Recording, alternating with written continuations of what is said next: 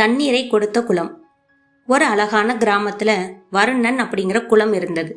வருடம் முழுவதும் ஊருக்கே தண்ணீர் கொடுத்த வருணன் அந்த வருடம் கடுமையான கோடையால வறண்டு போயிருந்தது.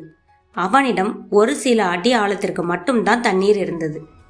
கதிர் அந்த ஊரின் ஏழை விவசாயி. அவருக்கு ஒரு மகள், அவளோட பேரு நிலா.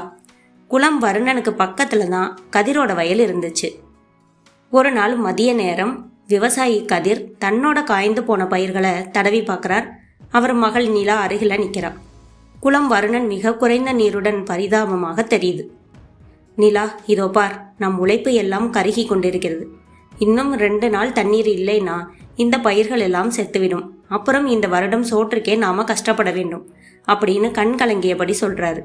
அப்பா, வருணன் குளத்துல தான் கொஞ்சம் தண்ணீர் இருக்குதே, அதை எடுத்துக்கலாமான்னு நிலா கேட்குறா.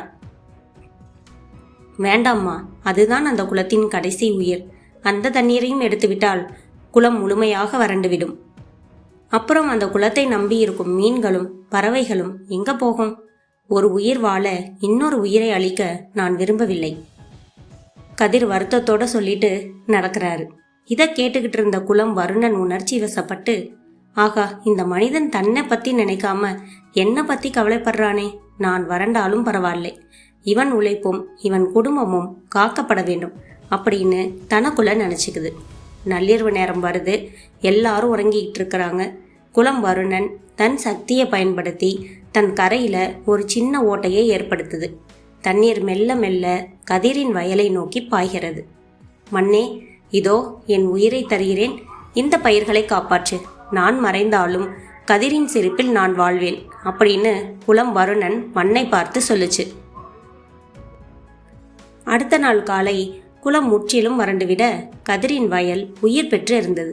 அப்போது கதிர் ஆச்சரியத்துடனும் மகிழ்ச்சியோடும் வயலை பார்க்கறாரு. பக்கத்துல இருந்த தன்னோட மகள் நிலாவிடம், அதிசயத்தை பாத்தியா நிலா, இரவு ஏதோ ஒரு வழியில குளம் நமக்கு தண்ணீர் தந்திருக்குது, பயிர்கள் உயிர் பெற்று விட்டன அப்படின்னு சொல்லிட்டு இருக்கும் போதே அந்த ஊரின் பேராசைக்கார பண்ணையார் மாயவன் அங்க வர்றாரு. கதிரை ஏளனமா பார்த்து, தண்ணீர் வந்தது சரி, ஆனா குளத்தை பாரு, வருணன் இப்போது வெறும் தரையாகிட்டான். கதிர், தண்ணீர் இல்லாத குளம் வெறும் குப்பை தொட்டிதான். இப்போது இந்த குளம் எனக்கு சொந்தம். ஊர் வழக்கப்படி வறண்ட நிலத்தை பயன்படுத்த எனக்கு அதிகாரம் உண்டு. இதோ இந்த வரைபடத்தை பாரு.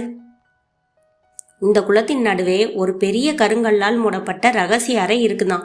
அதுல எங்கள் முன்னோர்கள் தங்கம் புதைத்து வைத்திருக்கிறார்கள். நான் இதை தோண்டி அடியில் இருக்கும் புதையலை எடுக்க போறேன். ஐயா, இது ஊர்க்குளம், இதை சிதைக்காதீர்கள்னு கதிர் வந்து சொல்றான். அதுக்கு பண்ணையாரு, இப்போது இது வெறும் மண்குழிதான், ஆட்களே தோண்டுங்கள்.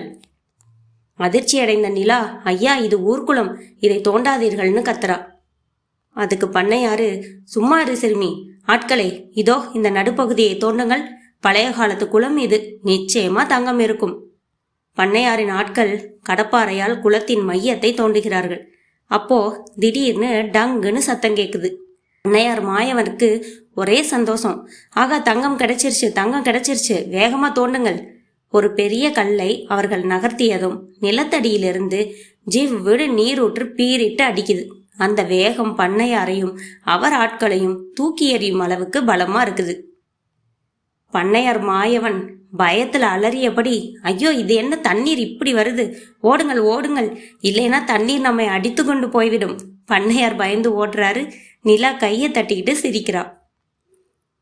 ஐயோ, இது என்ன வரைபடம், எல்லாமே பொய், இது வெறும் தண்ணீர் தானா அப்படின்னு பண்ணையார் கிடந்து அரட்டுறாரு. பண்ணையாரே, தங்கம் இருந்தால் ஒரு முறைதான் வாழ முடியும், ஆனால் இந்த வற்றாத நீர் இருந்தா ஊரே தலைமுறைக்கும் வாழும். இதுதான் உண்மையான புதையல். ஆகா, நீங்க உண்மையிலுமே புதையலை எடுத்து விட்டீர்கள் என்றான் கதிர் சிரித்தபடி. அப்போது வானத்துல இடி இடிக்குது, மழை பொழிய தொடங்குது. நிலத்தடி நீரும் வான்மழையும் சேர்ந்து குளம் வருணனை ஒரு பெரிய ஏரியாக மாற்றுகிறது.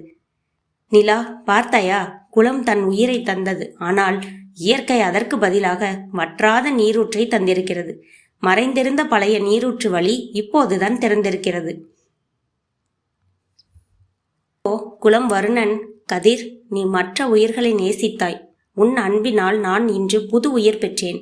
கொடுப்பவர்கள் ஒருபோதும் கெட்டுப்போவதில்லைன்னு மகிழ்ச்சியோட கதிரை பார்த்தது. நீதி, நாம் செய்யும் நன்மைகள் என்றாவது ஒரு நாள் எதிர்பாராத பெரும் நன்மையாக நமக்கு திரும்ப கிடைக்கும்னு இந்த கதையிலிருந்து தெரிஞ்சுக்கிறோம். இது போன்ற கதைகளை தொடர்ந்து கேட்க இணைந்திருங்கள். லைக், கமெண்ட், சப்ஸ்கிரைப் பண்ணி சப்போர்ட்டும் பண்ணுங்க. வேற ஒரு நல்ல கதையோட மீண்டும் சந்திப்போம். நன்றி, வணக்கம்.